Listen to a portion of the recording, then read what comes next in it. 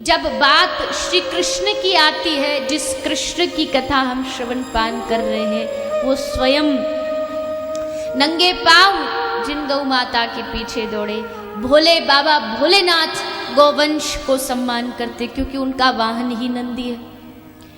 माँ दुर्गा, उनका वाहन, नव दुर्गाओं में से दो जो माँ के रूप हैं, उनका वाहन गाय है।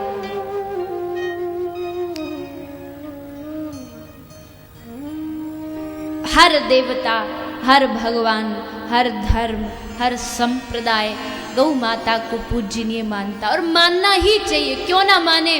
आपने दुनिया में मंदिर देखे होंगे जहाँ एक मूर्ति, दो मूर्ति, 5, 10 मूर्ति रहती होंगी, लेकिन गाय एक ऐसा प्राणी है, एक ऐसा जीव है जो चलता फिरता घूमता हुआ मंदिर है। एक स्थान पर नहीं, घूमता फिरता मंदिर है। जहां गौ माता जाएगी, निविष्टम गोकुलम यत्र श्वासम मुंचति निर्भयम विराजयति तम देशम। जिस स्थान पर गाय, महाभारत का अनुशासन पर्व का श्लोक है, जिस स्थान पर गाय निर्भय बिना डरे श्वास लेगी, उसका पूरा आसपास का जो इलाका है, स्थान है, उसको गौ माता अपने श्वास से पवित्र कर देती है।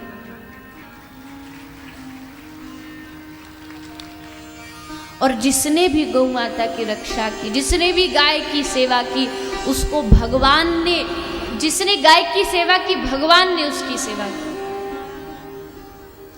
एक ब्रज की एक कथा आती है। ब्रज में आप सब गिरिराज जी गए हो, गोवर्धन, तो श्री गिरिराज जी में एक श्रीनाथ जी की हवेली है। श्रीनाथ जी का मंदिर है, ऊपर पर्वत के ऊपर है, गिरिराज जी के ऊपर। पुष्टि संप्रदाय का, वल्लभी परंपरा का। तो गुजरात के एक कोई पटेल भक्त थे।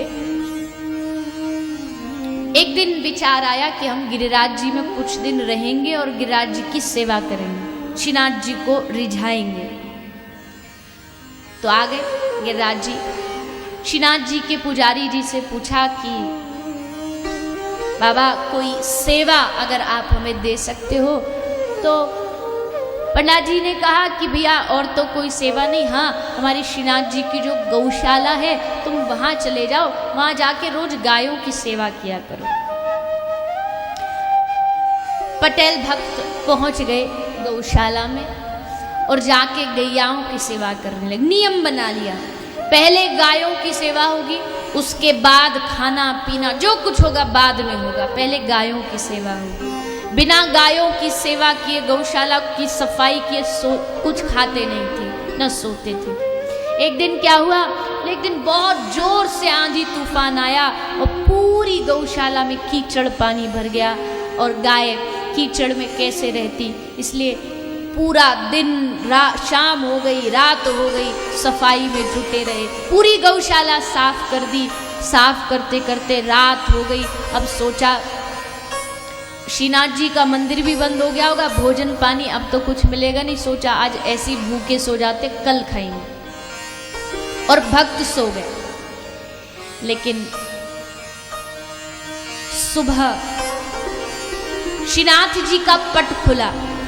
जो पंडित जी ने पट खोला, तो ये वल्लभीय परंपरा ऐसी होती है कि ठाकुर जी के आगे एक चांदी के बर्तन में थोड़ा जल और खाने के लिए थोड़ा प्रसाद रात को रखा जाता है। क्या पता रात को ठाकुर जी को भूख लग जाए तो कहाँ जाएंगे, इसलिए चांदी के बर्तन में कुछ प्रसाद और जल रखा जाता है, जिसको उस परंपरा में बंटा और झारी बोलते हैं।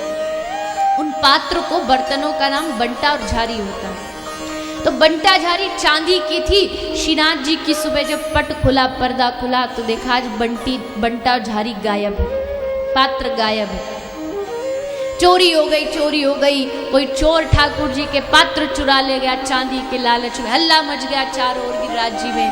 तभी पटेल भक्त गिरिराज जी दर्शन के लिए आया था। देखा हल्ला मच रहा, पूछा क्या हुआ, बोला बंटा झारी ठाकुर जी के चोरी हो गए। बोले चोरी हो गए? अरे वो तो हमारे पास है। तुम्हारे पास है? तुम्हारे पास कहाँ से आ गए? बोले हमको नहीं पता, हम रात को जब सो रहे थे तो एक छोटा सा बालक आया, उसने कहा अरे बाबा आज लगता भूखे सो गए हो, लो पंडित जी ने तुम्हारे लिए कुछ प्रसाद भेजा है, ये लो खा लो।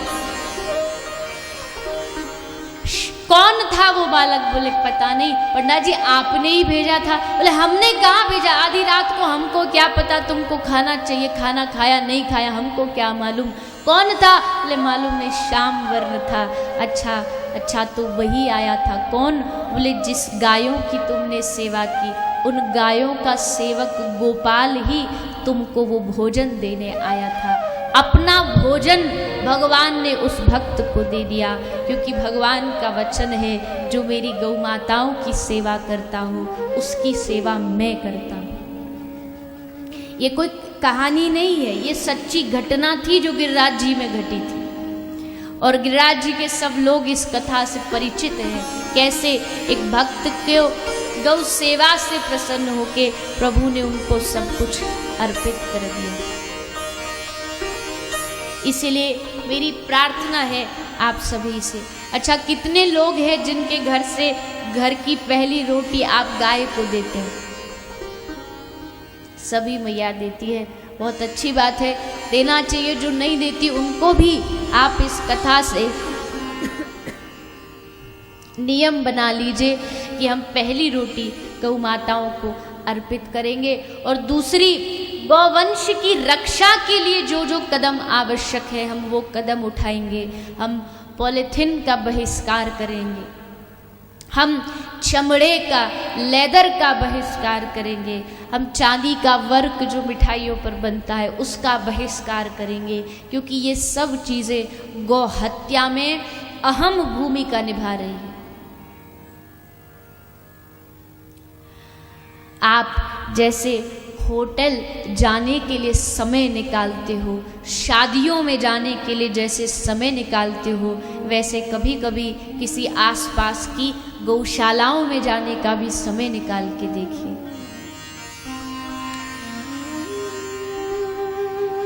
आप बुरा मत मानिएगा, लेकिन ऐसे बहुत लोग होंगे यहाँ जो आज तक किसी गौशाला में नहीं गए होंगे।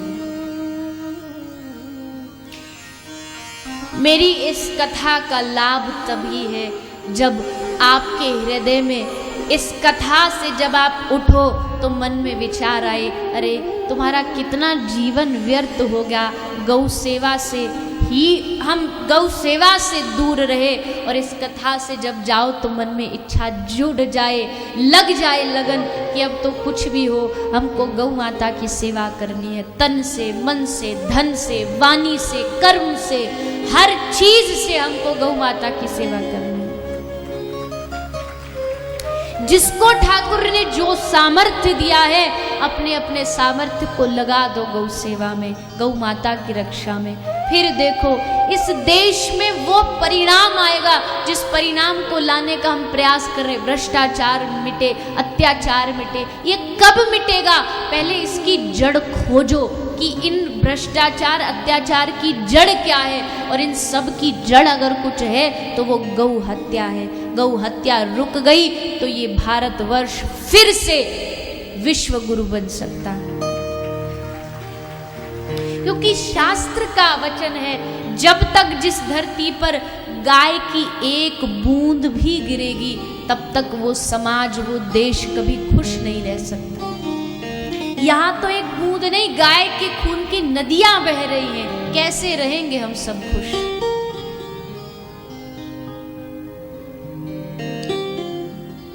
अच्छा, ऐसे यहाँ कोई है जिनके घर में गाय हो? बहुत लोग हैं, अच्छी बात है। जिनके घर में गैया है, आप घर में, घर के आंगन में गाय रखना ये भी एक यज्ञ से कम नहीं है।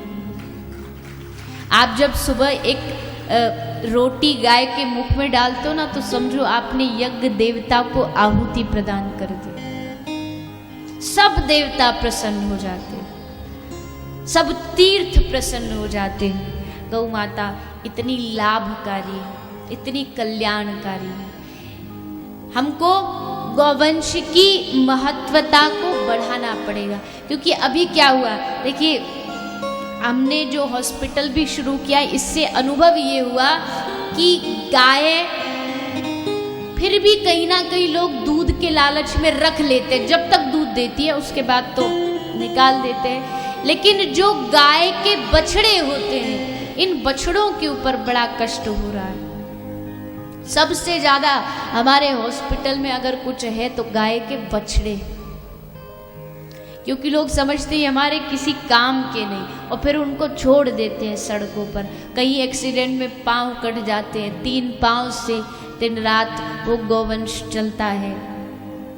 ये हमारे हॉस्पिटल के डॉक्टर्स भी बधाई के पात्र हैं कि उन्होंने एक ऐसे बछड़ों के लिए जो 3 पांव से चल रहे हैं उनके लिए एक नया प्रयास शुरू किया, जो भारतवर्ष में शायद आपने कहीं नहीं देखा होगा कि 3 पैर वाले गौवंश को 4था पांव, जो हम इंसानों को प्लास्टिक का पांव लगाया जाता है, ऐसा प्लास्टिक का पांव गायों को लगाया गया, गाय के बछड़ों को लगाया गया, ताकि कुछ दिन तक उनको लगाया जाता है जिसके सहारे वो सदने लगते हैं और फिर उसको हटा दिया जाता है, फिर वो 3 पैर से आराम से चलना सीख जाते हैं। पर कितने गौवंश तो ऐसे भी आते हैं जो जिनका एक नहीं 2 पांव ही टूटे पड़े हैं, उनको उनकी रक्षा करनी बड़ी मुश्किल हो जाती है।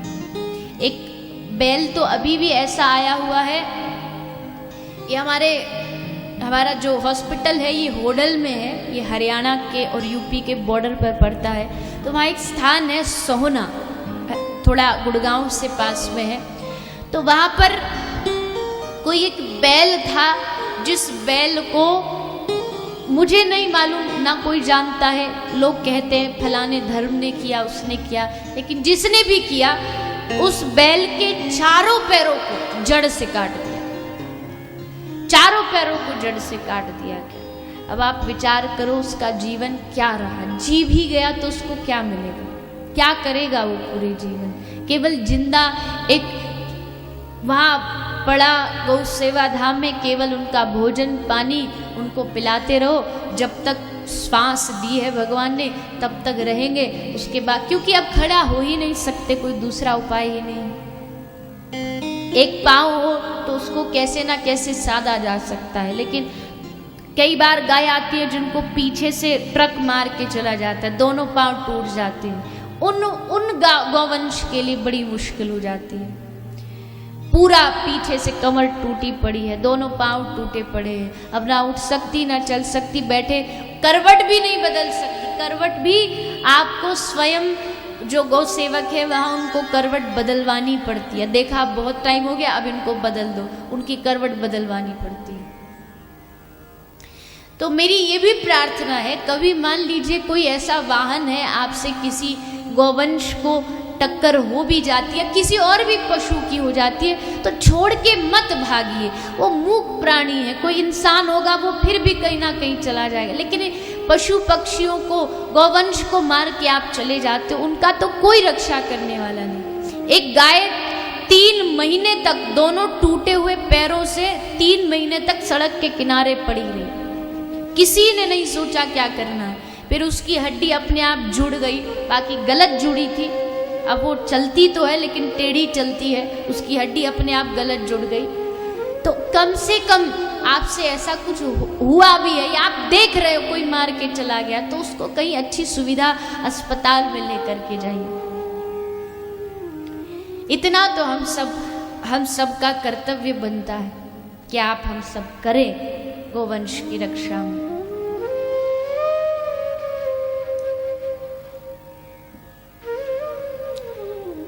इसलिए आपसे भी मेरी प्रार्थना है, आप घर में गाय रखें। जो टीवी के माध्यम से भी श्रवण पान कर रहे हैं उनसे भी प्रार्थना है, अपने अपने घरों में गौवंश रखें।